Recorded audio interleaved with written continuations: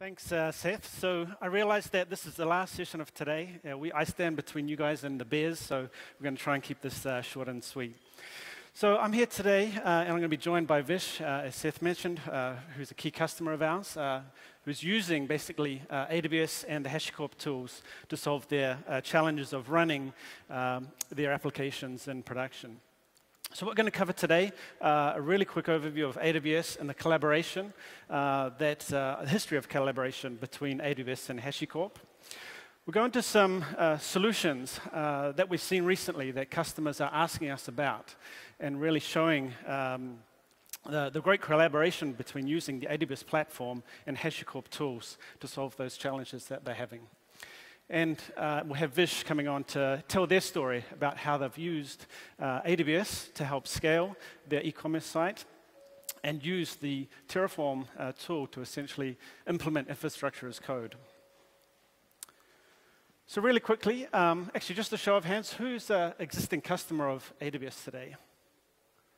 All right, awesome. Thank you very much for your business. So for those that are not too familiar, there's a lot of reasons why the AWS cloud has become very popular with both startups as well as large enterprises. So a lot of companies, in their traditional IT, about 2/3 have been spent on just kind of keeping the lights on for their IT systems. So AWS allows customers to essentially remove that technical debt and really focus on innovation and in developing new features.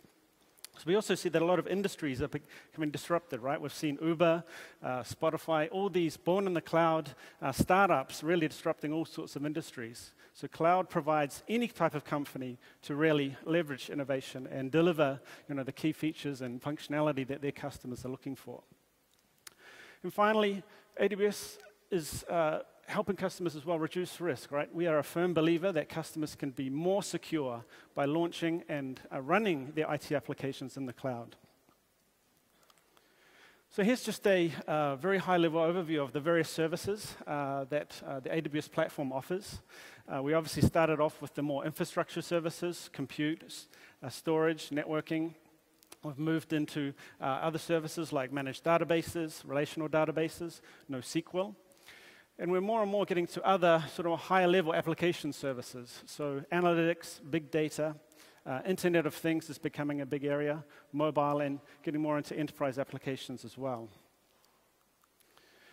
Also, there's been since HashiCorp started, a long collaboration between the two companies. So going back to 2013, the Vagrant plugin for EC2 was developed. And then many of the newer HashiCorp tools have had AWS integration from day one.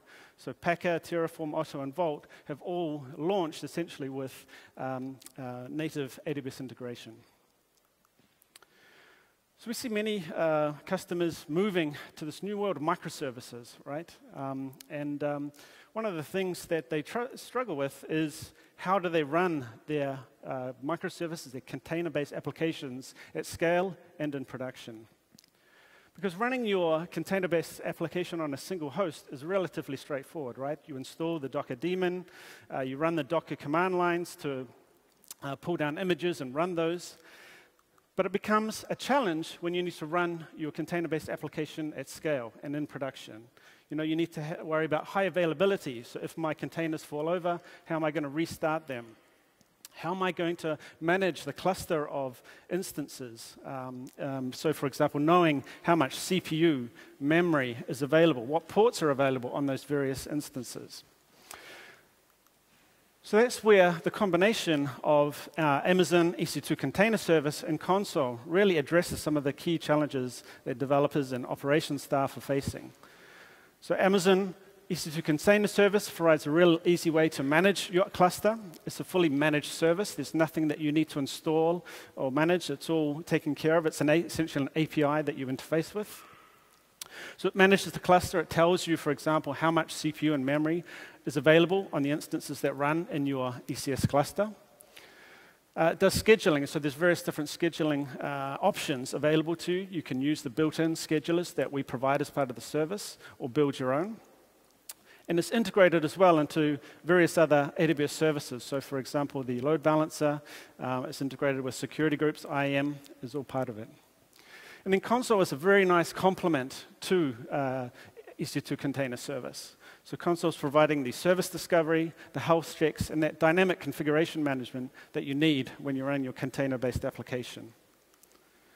So this is how it can look like, sort of a simplified architecture, but you have essentially a cluster where you're probably running your Consul server component, and then another cluster where you're actually running a much larger cluster where you're running your actual microservices applications. You can run the Consul agent as a Docker container itself. And often we see customers running what we call a registrator. So this is a sidecar container running on each node in your cluster. So when you launch an ECS task, it automatically recognizes that and registers the service with Consul. So here's another picture of Consul. We have if you're familiar with it, the agents and the servers. Agents obviously stateless, and the servers, you have say 5, 3, or 7 of those in a typical architecture. So in terms of running this on AWS, a typical pattern we see is that the server layer will be run in an auto-scaling group. So auto-scaling is probably most famous for things like websites that have varying loads, say throughout the week or over time. But autoscaling is also a really great tool to use for achieving high availability in your application. So for example, you can set a min and max of a certain level. You could set to 3. And what will happen is that if one of the instances fall over because there's maybe a problem with the underlying hardware, autoscaling will recognize that because it will fail the health check and will essentially replace that node for you.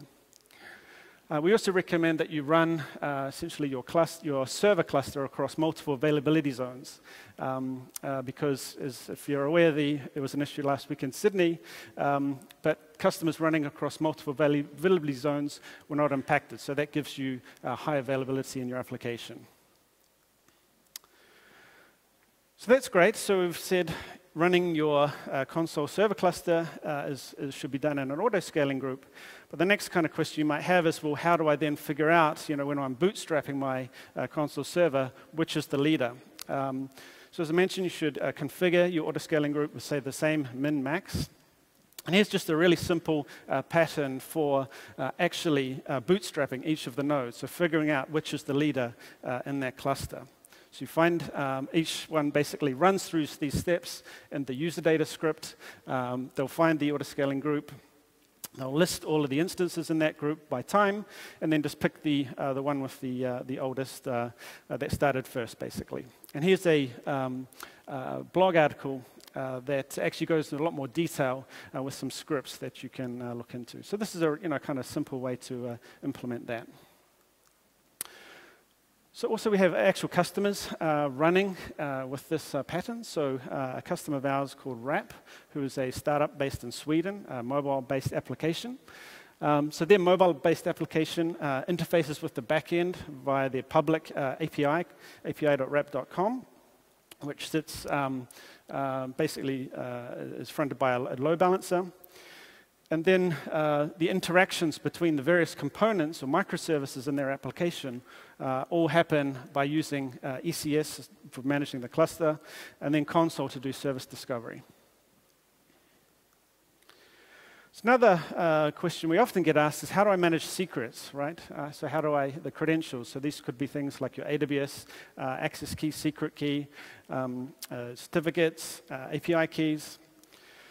And obviously one of the best practices that we talk about often is, solution architects, is that you don't want to have permanent credentials, right? You don't want to create credentials, store them in your source code repository.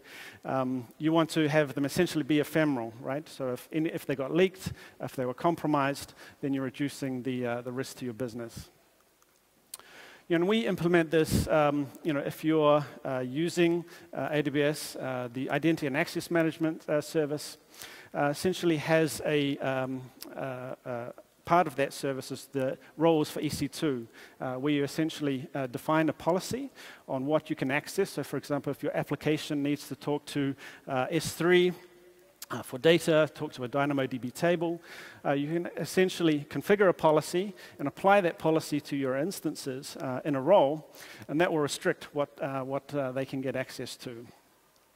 And then the management of the keys. So in order to get the access key, the secret key, that's all handled by the service itself.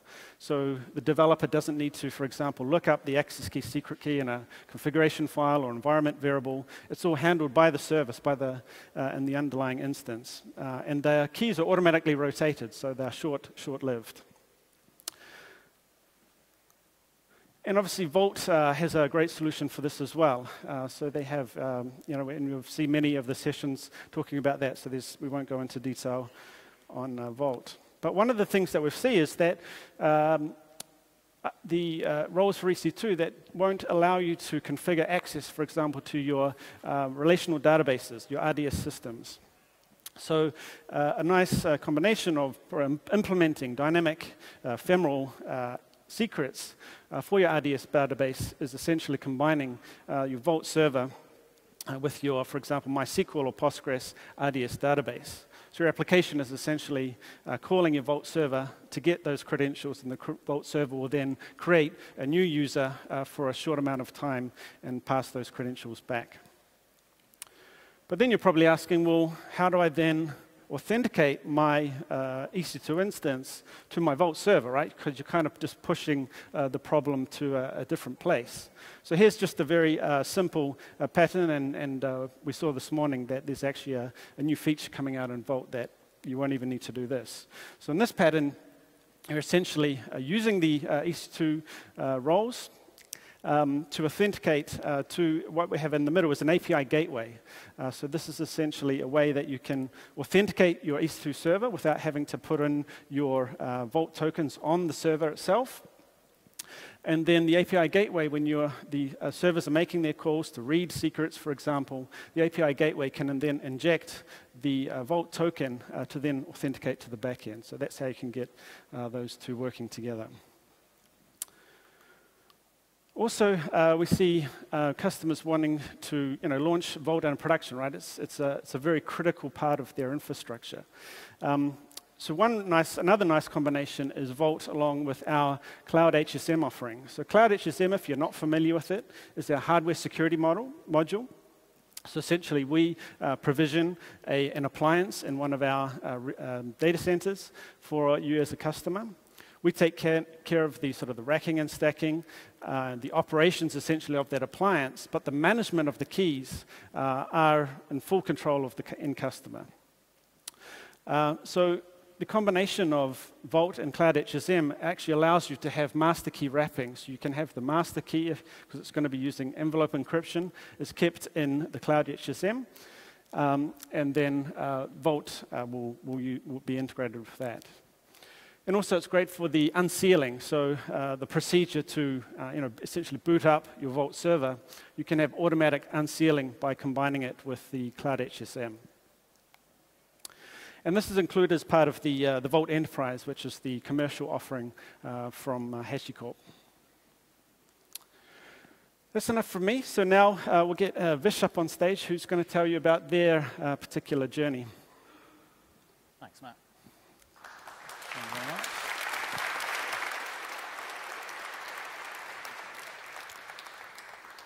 Thanks, Matt. Good afternoon. Thank you all for staying awake. No aspersions on Matt's speech. It has been a long day. So I am actually the last person standing between you and refreshments. OK, so I'm here to talk about To Clothing. Now, Sainsbury's is a groceries company. And so they're used to doing that. But when they came out and built a clothing brand, they were quite surprised to find that it became a £1 billion company without any real effort, which is what they can do when they've got all that marketing muscle. The problem was that when you run a groceries business, you kind of know how much everyone's going to spend every week. It's quite even, very few ups and downs, until Christmas, obviously. But with clothing, it's completely different. You have spring, summer, autumn, winter, all of that. And so what they did was, they went with a managed services company, and they used an application called Hybris, which is a big, horrible Java application. and they can't scale. Nothing scales. Nothing clusters. It can't go up. It can't go down. They are running maxed out all the time. So they cannot do stunts and spikes. They can't do an advertising campaign. They can't do any of that sort of stuff. So that's when we came in, and they said, look, can we migrate this into the cloud, and maybe we'd have a chance of making it scale. So we went, fine. But then they go, actually, it has to work in exactly the same way. It's got to be a lift and shift, right? And everybody knows what this is about. So what do? How about some Amazon? And they're like, no, we can't use Amazon. They're our competitors. We can't buy anything from them because Amazon are now doing groceries. Anyway, they finally listened to reason. And then one of my colleagues went into the existing system and mapped it all out in a diagram. So it kind of looked like this. It's not really important what it is, but you've seen these diagrams, OK? So now what do? OK. Well, we know what we're talking about. This is Mitchell's motto, I think, or HashiCorp's motto, anyway. So the whole thing in the diagram is quite easily turned into one gigantic Terraform file. And I'm sure if any of you have experimented with Terraform, you've ended up with one single Terraform file. But the problem with doing that, and this is actually not a bug in Terraform, it's kind of a feature, is that if you don't set up your dependencies really well and really cleanly, then every time you do a push and something small has changed, like a security group, you may find that other stuff gets destroyed. And when you're talking about an Oracle database that takes 20 minutes to go up and 20 minutes to go down, you are not going to be pleased, right? So the way we solved that was by layering everything. And we use Atlas. There hasn't been a lot of talk about Atlas today, but it's been really, really handy. And for the purposes of this talk, we can just talk about 5 layers. And all of these are separate things in Atlas. So, I mean, on the right is literally what it looks like in Atlas. Okay? They look like different environments, but Atlas lets you connect the variables inside them together. So core services would contain the VPCs. It would contain the networks, the subnets, the router, the gateway, la. Then you've got the app infrastructure. And so that would contain our VPN and a few extra bits that we need to run the app. Then comes the DB. It's in its own layer, so we don't accidentally destroy it when we're trying to change something else. And then all the app services. This is actually about 3 different layers, but it helps us so that when we want to roll out an app, an upgrade, or anything like that, we don't have to touch anything else underneath it. In fact, we don't even have to touch anything else above it. I mean, we're calling it the proxy, but it's just CloudFront or something similar to that. Okay. So that's how we isolate parts of the infrastructure in a practical way. It might not be the best way. I know Nikki earlier was talking about other ways of modularizing it, but this is the way we went with, and Atlas is really cool for that. Key. And this is another bit of Atlas, and this shows you the variables. So these are variable examples. You might not be able to read them. It doesn't really matter too much. But you can share these between those layers. And that means if you have a, say, a DB host name or something that's come from RDS, you can shove it in there and get access to it. The one little annoying thing about Terraform and Atlas is that if you do change a variable locally, and then you do a Terraform push, it won't change in Atlas. And they know about this. And so we've had to write a program called Terraforce, and all that does is that manually adds it to the line, and it shoves it into Atlas, so it will change. So yeah, something that needs to be fixed. Okay, so how does a server get provisioned? So infrastructure, we've talked about it all day. Everybody knows everything about infrastructure. It's quite straightforward. But how do you actually make all this stuff run as a server?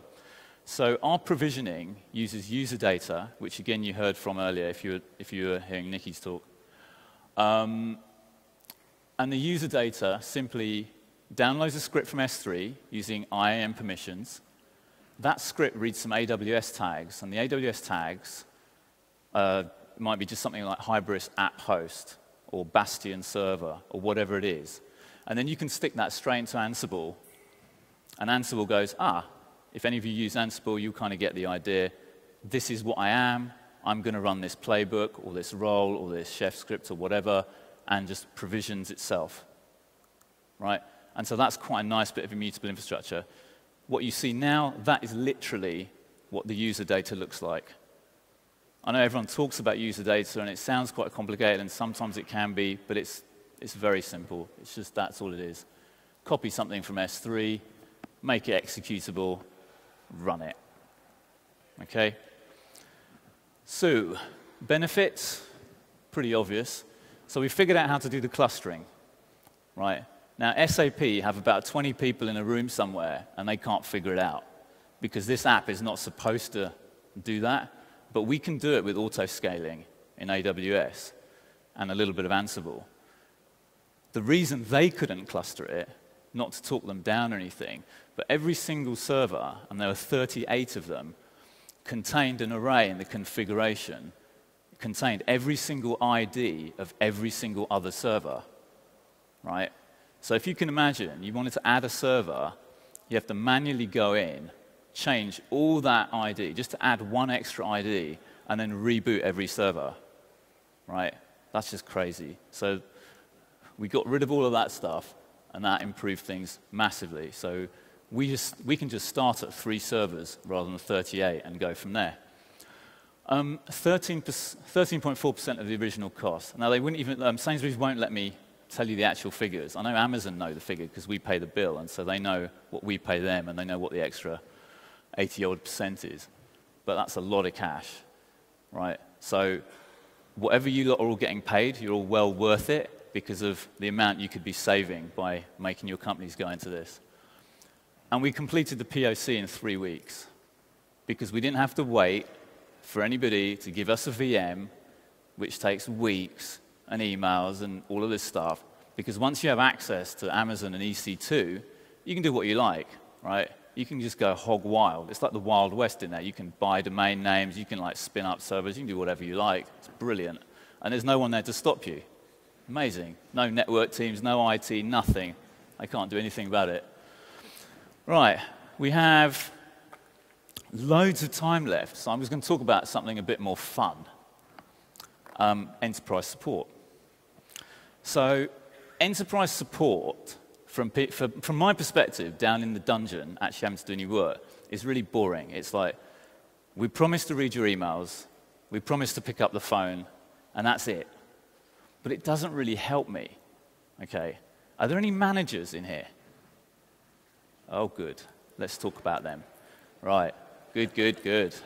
Okay. So, manager comes up to me and goes, oh, tell me what you're doing. And I'm like, well, we're building this and we're destroying that and immutable infrastructure. And they're going, immutable infrastructure, destroy, And the massively overdeveloped left side of their brain, right, which is devoted to words and meetings, right, listens to this, right, and then the massively underdeveloped right side of their brain, yeah, which basically just has the remnants of, you know, whatever movie they last watched, right? May I have the video, please? Yeah. Basically looks like this. Oops, no internet connection. Oh dear. Somebody take it?